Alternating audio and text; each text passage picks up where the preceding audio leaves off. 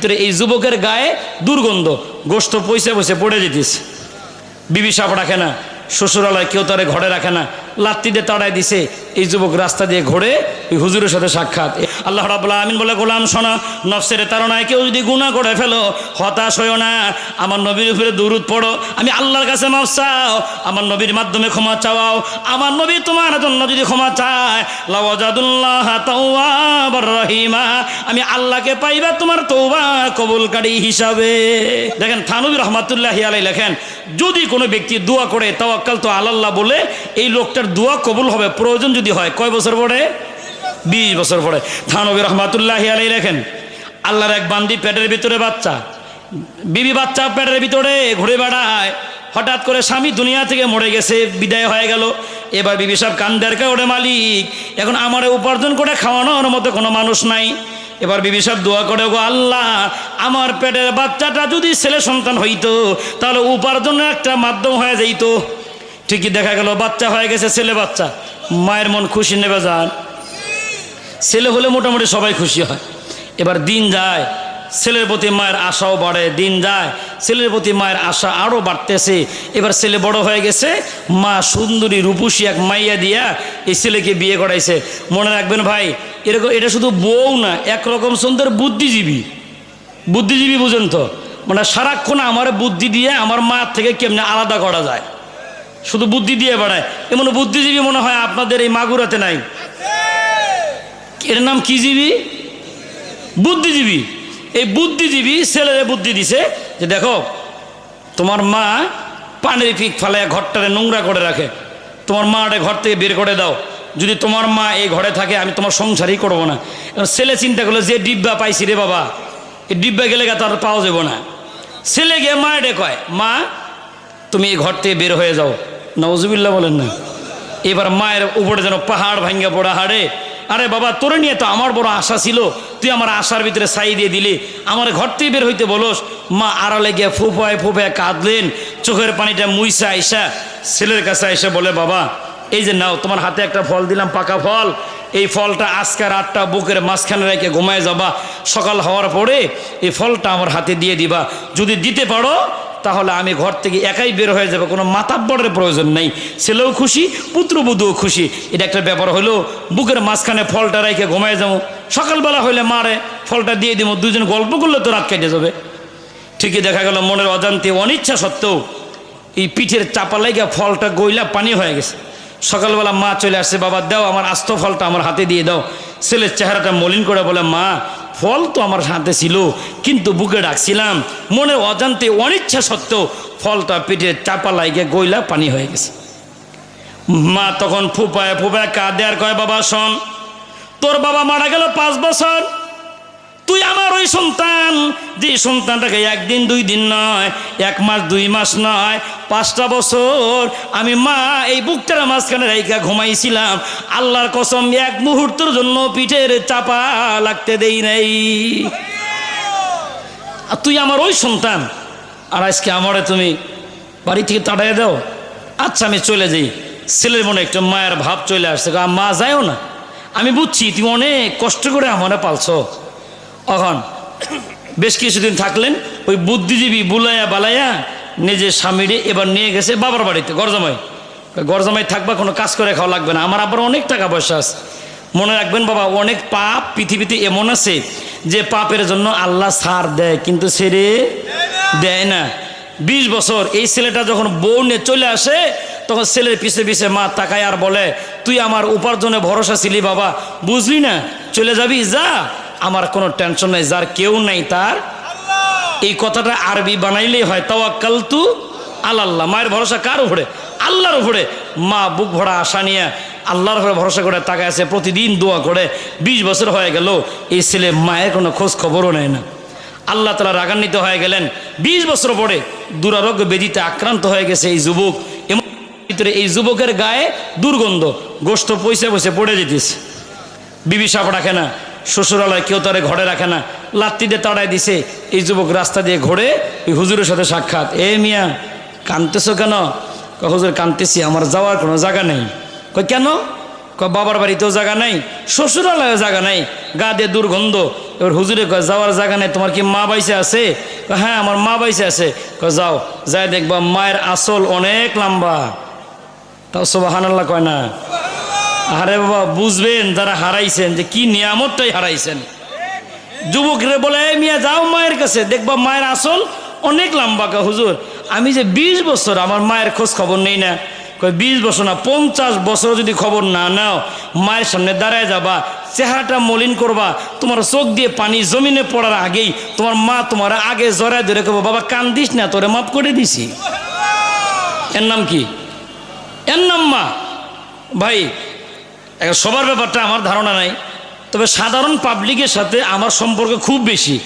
কেন? আমি এই যে ওয়াজ করতেছি যে এটা আমার পেশা না।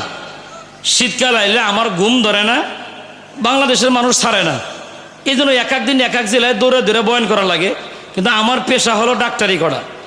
আমি একজন প্যারামেডিকেল করা অ্যালোপ্যাথি ডাক্তার। সারাক্ষণ আমি ওষুধ বেশি। দুপুরের পরে এক মুরব্বী মানুষ, মহিলা মানুষ আমার কাছে আয়া কয় বাবা তাড়াতাড়ি একটু দোকানে যাওয়া লাগে। কেন, কি হয়েছে? আমার হাত ফাইটে গেছে এই জায়গাটার ভিতরে। আমি বলছি এই জায়গা তো ফাটার কথা না, কেমনে? আমার ছেলে মারছে। আহা, ছেলে মারছে। পরে 11টা সেলাই দিছি ভাই, 11টা সেলাই দেওয়ার পরে বলছি আপনি ওষুধ নিয়ে বাড়ি যান, আমি পরে খবর নেব নে। পরে আমি চিন্তা করলাম ছেলে মায়ের মারলো, চেহারাটা একটু দেখে আসি জানোয়ারের চেহারাটা কেমন। পরে বাড়িতে গিয়ে দেখি উঠানের ভিতরে ওই লাঠিটা দেখা যায়, দুই চার পাঁচটা কাটা ওই লাঠির মাথায়। পরে আমি হাতে নিয়ে দেখি ওই যে মায়ের যে ফিটনাটা দিছে লাঠি দিয়ে, ওই মায়ের চামড়াটা যেটা আমি খুঁজলাম তখন সেলাই দেওয়ার জন্য, ওই চামড়াটা লাঠির ভিতরে লেগেছে, মায়ের শরীরের চামড়া। পরে আমি লাঠি হাতে নিয়ে রাগ হয়ে বললাম এ বেটা বাইর, এই লাঠিটা আজকে তোরে ফিটনা দেওয়া হবে। অমনি বাবা ওর মা দৌড়ে আসছে, আয়া আমার জোরা দেখা, তুমি আমার বাপ লাগো, আমার পোলায় বোঝে নাই বাবা, ওরে মাইরো না। আহা, এর নাম কি? এর নাম মা। মার খেয়েছে, রক্ত এখনো ঝরতেছে, ঘা শুকায় নাই। এর আগেই ছেলে কি করে দিছে? মাফ করে দিছে। সন্ধ্যার পরে এশার নামাজের পরে এই মহিলা আবার আসছে আমার দোকানে। আয়া আসলে গিরু খুইলা এই এতগুলো পয়সা আমার টেবিলের উপর ঢেলে দেখো, আব্বা একটু বাইরে আসো। কি হয়েছে বলেন? ব্যথা করে ইঞ্জেকশন দেওয়া লাগবে? কয় না ব্যথা না, এটা কথা কওয়ার জন্য আইছে। বলেন কি কথা বলবেন? ওই যে ছেলেটা আমার মারলো না, আমার ওই ছেলেটা কয়েকদিন থেকে দেখতেছি ওর মুখে খুব রুচি নেই। এই যে কিছু টাকা আপনারা দিছি, হিসাব করে দেখেন, লাগলে আরও দিমো। একটা ভিটামিনের বোতল দেন, আমি ছেলেটারে নিয়ে খাওয়াই। দেখেন ছেলে তারা মারে আর হ্যাঁ কে কিনে দেয়? হ্যাঁ, এর নাম কি? এর নাম মা। আপনি আলাদা করে খান, মায়ের খাবার দেন না। রাতের 11টায় দোকান বন্ধ করে বাড়ি যেয়ে দেখবেন যতক্ষণ আপনি বাড়িতে না যান মায়ের ঘরের দরজাও লাগে না, বাতিও নিবায় না। এর নাম কি? এর নাম মা। চুলার পরে বয়ে বেড় তসবিটা নেয়, এর নাম হলো মা। এই যুবক কাঁদতেছে, হুজুর যখন বলে দিছে যাও, মায়ের আসলে অনেক লম্বা। যুবক হাঁটি হাঁটি পা পা করে বাড়ির দিকে চলে গেছে। 20 বছরের ব্যবধানে নিজের বাড়ি চিনে না, শুধু হাওমাও করে কান্দে। একজন মুরব্বী বের হয়ে গেছে, এই বেটা কাঁদতেছো? কাঁদতেছি যে আমি আমার নিজের বাড়ি চিনতেছি না। বাবার নাম কি? বাবার নাম বলা মাত্র মুরব্বীর মেজাজ বড় গরম। তুই সেই কুলাঙ্গার ছেলে, 20 বছর মায়ের খবর নেও নাই? জি আমি মাপ চাইতে আইছি, একটু সুযোগ করে দেন। ওই যে দেখো পাশের কুড়ে ঘর, এই ঘরে তোমার মা থাকে। আজ থেকে অনেক দিন আগেই এই ঘর বাড়ি সব তোমার মা বিক্রি করে দিছে। আমার জানা মতে তোমার মা বেশ কিছুদিন ধরে ভিক্ষা করে খাইতো, আর এখন তোমার মায়ের 2টা চোখ অন্ধ হয়ে গেছে, ভিক্ষাও করতে পারে না, খাবারও খাইতে পারে না। এই সমাজের মানুষ রাত হলে খাবার দেয়, তোমার মা খায়। কোনোদিন যদি খাবার কেউ না দেয়, না খায়, আর তোমার মা এমনি শুয়ে থাকে। ছেলে মনে আরো আবেগ চলে আসছে, আরে আমার কারণে আমার মায়ের এত কষ্ট। হাঁটি হাঁটি পা পা করে ওই করে ঘরের দরজার সামনে দাঁড়াইছে। দাঁড়ায় দেখে একজন আন্ধা মানুষ, 2টা চোখ অন্ধ, বিছানা থেকে উঠে জায়নামাজটা বিছায়া 2 রাকাত করে সালাত আদায় করে আর কান্দে আর বলে মালিক মনে হয় আমার বিদায়ের ঘন্টা বেজে গেছে, বেশি দিন বাঁচবো না। ও মালিক 20টা বছর ধরে তাওয়াক্কাল তো আল্লাহ বলে তোমার উপরে ভরসা করে বড় দোয়া করে, ও আমার আল্লাহ 20 বছর হয়ে গেল, আমার বাসাধনকে আমার বাড়িতে ফেরত পাঠাও। আমার বাবার কামাই খাওয়ার আশা আমার নাই, আমার ছেলের প্রতি আমার কোনো ভরসা নাই, লাগবে না। আমি মৃত্যুর আগে আমার সন্তানের মুখে একবার মা ডাক শুই না মরতে চাই। এর নাম হলো মা। আর বাস্তব ওয়াজ আমি আপনাকে শোনাই বাবা। আমার ড্রাইভারে কয় হুজুর আপনার বয়ানের বাস্তবতা আমি বুঝে ফেলছি কেমনে। আমার বউয়ের যন্ত্রণায় 2টা বছর ধরে আমি আমার মাকে ডাকি না। আপনার বয়ান শোনার পরে বাজার থেকে তেল কিনলাম, সাবান কিনলাম, গামছা কিনলাম, কাপড় কিনলাম। রাত গভীর আমার মায়ের দরজার সামনে দাঁড়ায়া আমার মাকে দিয়ে বললাম এই যে নাও এটা তোমার জন্য। আমার ড্রাইভারে হুজুর এই জিনিসগুলো নিয়ে দাঁড়ায় আছি। দরজা খুললে আমার মা আমার চেহারার দিকে তাকে কয় বাবা তোর কিচ্ছু লাগবো না, তুই শুধু আমার একবার মা কয়ে ডাক দে, একবার তুই আমার মা বলে ডাক দে বাবা। 2টা বছর ধরে তুই আমার মা বলে ডাকস না বাবা, কলজেটা আমার ফাইটা যায়। কি করবো তোর সাবান তেল কাপড় দিয়ে বাবা সব নিয়ে যা, তুই শুধু আমার কি বলে ডাক। আহা ওগো মা তুমি এই ধরনের শ্রেষ্ঠ নিয়ামত, তোমারই পদ তলে রয়েছে জান্নাত। যুবক কান্দে আর কয় হারে এটা কেমন মানুষ, টাকাও দিলাম না পয়সাও দিলাম না 20 বছর খবরও নিলাম না, আমার কোনো টাকাও মায় আশা করে না, আমার জবান দিয়ে শুধু মা ডাকটা শুনতে চায়। যুবক বলে দাঁড়ায় আসে, আবার দিকে 2 ডাকাত করে সালাত আদায় করে। আমার মা ওই মালিকের দরবারে হাত উঠে বলে তাওয়াক্কালতু আলাল্লাহ, ওগো মালিক এখন যদি আমার মরণ হয় বেগানা পুরুষেরা নিয়ে আমাকে কবরের ভিতরে শোয়ায় দিবে, অথচ আমার একটা সন্তান আছে।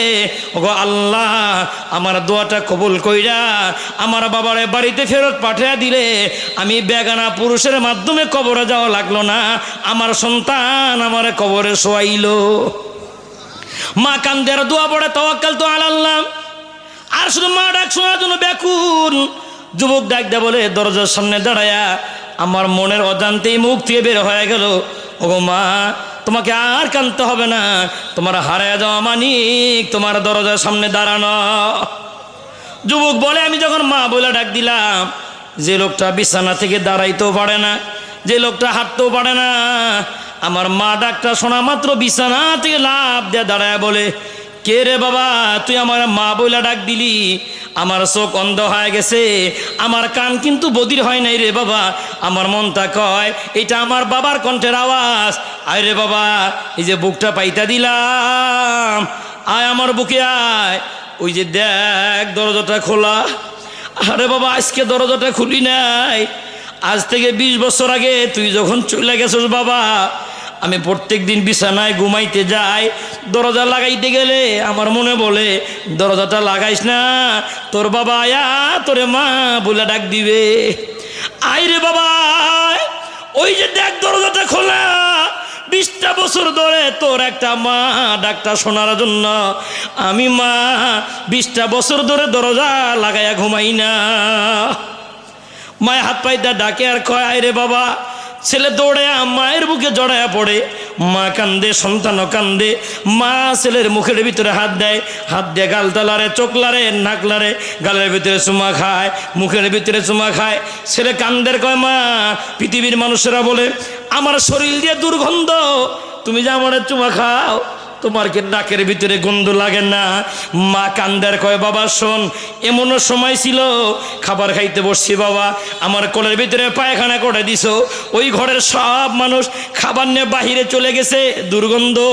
আমি তোর মা বাম হাত দিয়া বাথরুমটা পেঁচাইয়া কোলের ভিতরে নিয়া তোর গালের ভিতরে চুমা লাগাইয়া খাবার শেষ করে দিছিলাম বাবা, তোর জীবনে একটা থাপ্পড় লাগাই নাই। এর নাম হলো মা। মা কান্দার কয় ওরে মালিক 20 বছর পরে আমার দোয়াটা কবুল করে নিলা, আমার হারানো মানিক আমার বুকের মধ্যে ফেটিয়ে দিছো, ও আসমানের মালিক আমার আর একটা দোয়া কবুল করে নাও, আমার সামনের দিনের যে কয়টা দিন হায়াত আছে আমার বাইসে থাকার আশা নাই, আমার বাকি হায়াতগুলা আমার বাবারে দিয়ে দিছি, ও মালিক আমার হায়াত তুমি আমার বাবারে দিয়া আমার সন্তানটারে তুমি সুস্থতা দান করে দাও। এর নাম কি বাবা? এর নাম হলো বাবা। ভালো করে বুঝে নিয়েন, দুনিয়া থেকে সন্তান যখন ফ্যাক্টরিতে যায়, কাজে যায়, তাকায় দেখবেন বাবা সব মানুষের আগায় দিয়ে চলে গেছে, একজন মানুষ ওই কলিজা সেরা ধনের যত দূর দেখা যায় মা পিছে পিছে তাকায় থাকে, মাথার ভিতরে হাত দেয়া বলে, ওরে মালিক ওই যে আমার বাবা বাড়ি ছাইরা কর্মসংস্থানে যায়, আল্লাহ আমার দোয়া কবুল করে নাও। আমি মায়ের মাথায় যেই পরিমাণ চুল আছে আমার বাবারে ওই পরিমাণ হায়াত দিয়া রোড অ্যাক্সিডেন্টে মাইরো না, আমার সন্তানটারে তুমি গন্তব্যে যাওয়ার তৌফিক দিয়ে দাও। এর নাম কি? আবার যেদিন বাড়ি যাইবেন বাবা একটু পরীক্ষা করে দেখেন, মাকে ফোন করে বলবেন, মা তোমার কি কিছু লাগবে, কি নেওয়া লাগবে?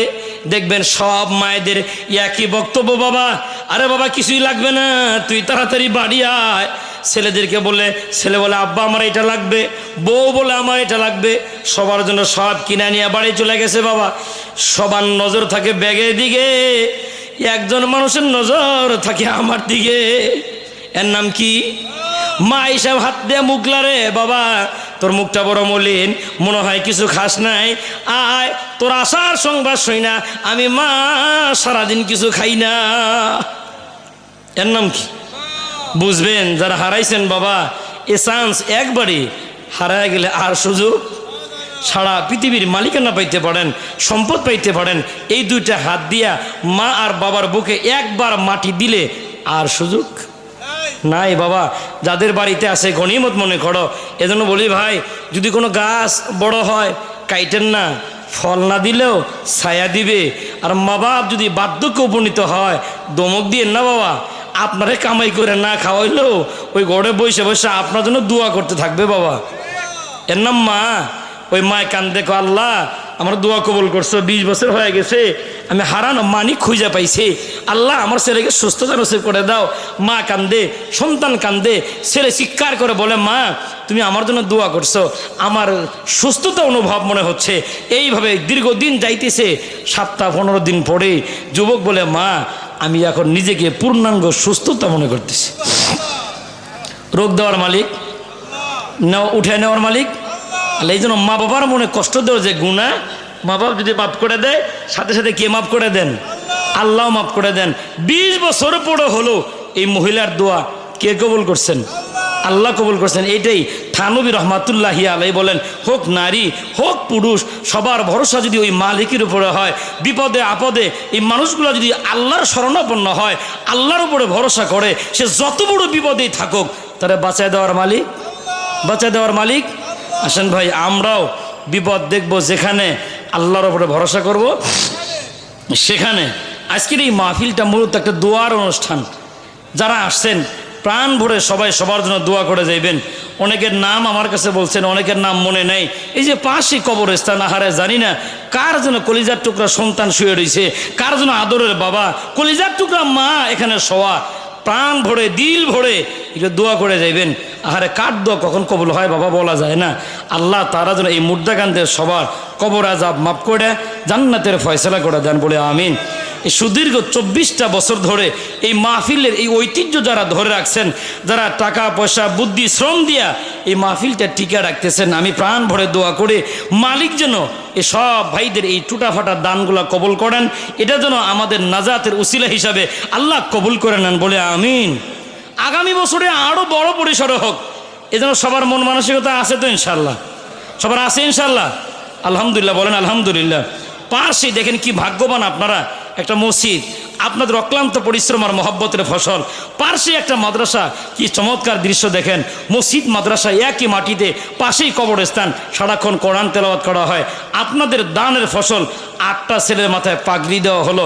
ভাগ্যবান ওই মা ওই বাবা যারা এই ছেলেদেরকে দুমুঠ ভাত খাওয়াইছেন। আজকে দেখেন হাঁস মুরগির ভাত দিলে ওরা ভাত খায় না, কুত্তায়ও ভাত খায় না, হাঁসে ভাত খায় না, শিয়ালে ভাত খায় না। আর ওই যে ভাতের এত বেকদর হয়ে গেল বাবা, ওই 4টা দুমুঠ ভাত খায়া আজকে ছেলের মাথায় কোরআন পড়ার কারণে পাগড়ি দেওয়া হলো। ওরা ভাগ্যবান মানুষ যার বাড়িতে ভাত খায় ছেলেটা পাগড়ি পাইছে। আলহামদুলিল্লাহ বলেন আলহামদুলিল্লাহ।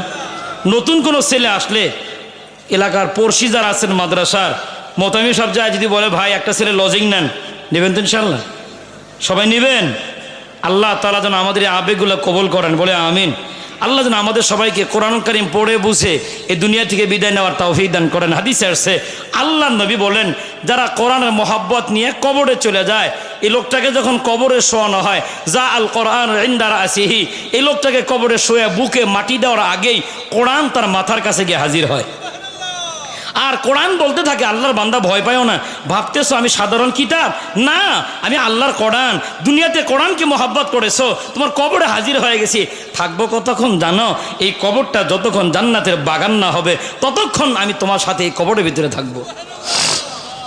আর একটা রাওয়ায়াতে এরকম আসছে, ওই কোরআন তেলাওয়াত এবং মহব্বতের সওয়াবগুলা সবুজ রঙের পাখি হইয়া মৃত্যু ব্যক্তির বুকে বৈশা ডানা দিয়ে আগলে রাখবে, হোক পুরুষ হোক মহিলা। যারা কোরআনকে মহব্বত করবে এইভাবে ডানা দিয়ে আগলে রাখার পরে ওই মাইয়া হোক পুরুষ হোক নারী, এরা বলবে কে গো তুমি, কোন পাখি? সবুজ রঙের পাখি আমার বুকে বসা, আমাকে আগলে রাখলা ডানা দিয়া। তখন ওই পাখি বলবে, দেখো আমি দুনিয়ার সাধারণ কোনো পাখি না, আমি কোরআন তেলাওয়াতের সওয়াব। তুমি দুনিয়াতে কোরআনকে মহব্বত করেছিলা, কোরআনকে মহব্বত করে দুনিয়া থেকে বিদায় হয়ে গেছো। আজকে আল্লাহ তাআলা তোমাকে হেফাজত করার জন্য কোরআনকে পাখি বানায়া তোমার কবরে পাঠিয়ে দিয়েছে। এজন্য ভাই কোরআনকে মহব্বত করার দরকার আছে না? না আছে? করবেন তো ইনশাআল্লাহ? সবাই করবেন ইনশাআল্লাহ? কোনো সময় যদি হুজুররা বলে মাদ্রাসায়, শুধু এইটা না, আশেপাশে যে মাদ্রাসাগুলো আছে যদি বলে মাদ্রাসাগুলোর সচ্ছলতা নাই, অসচ্ছল অবস্থা, ভাই কিছু সাহায্য করেন, করবেন তো ইনশাআল্লাহ? সবাই করবেন ইনশাআল্লাহ। আল্লাহ তাআলা যেন আমাদের সবাইকে সুযোগটুকুন করে দেন, বলে আমিন।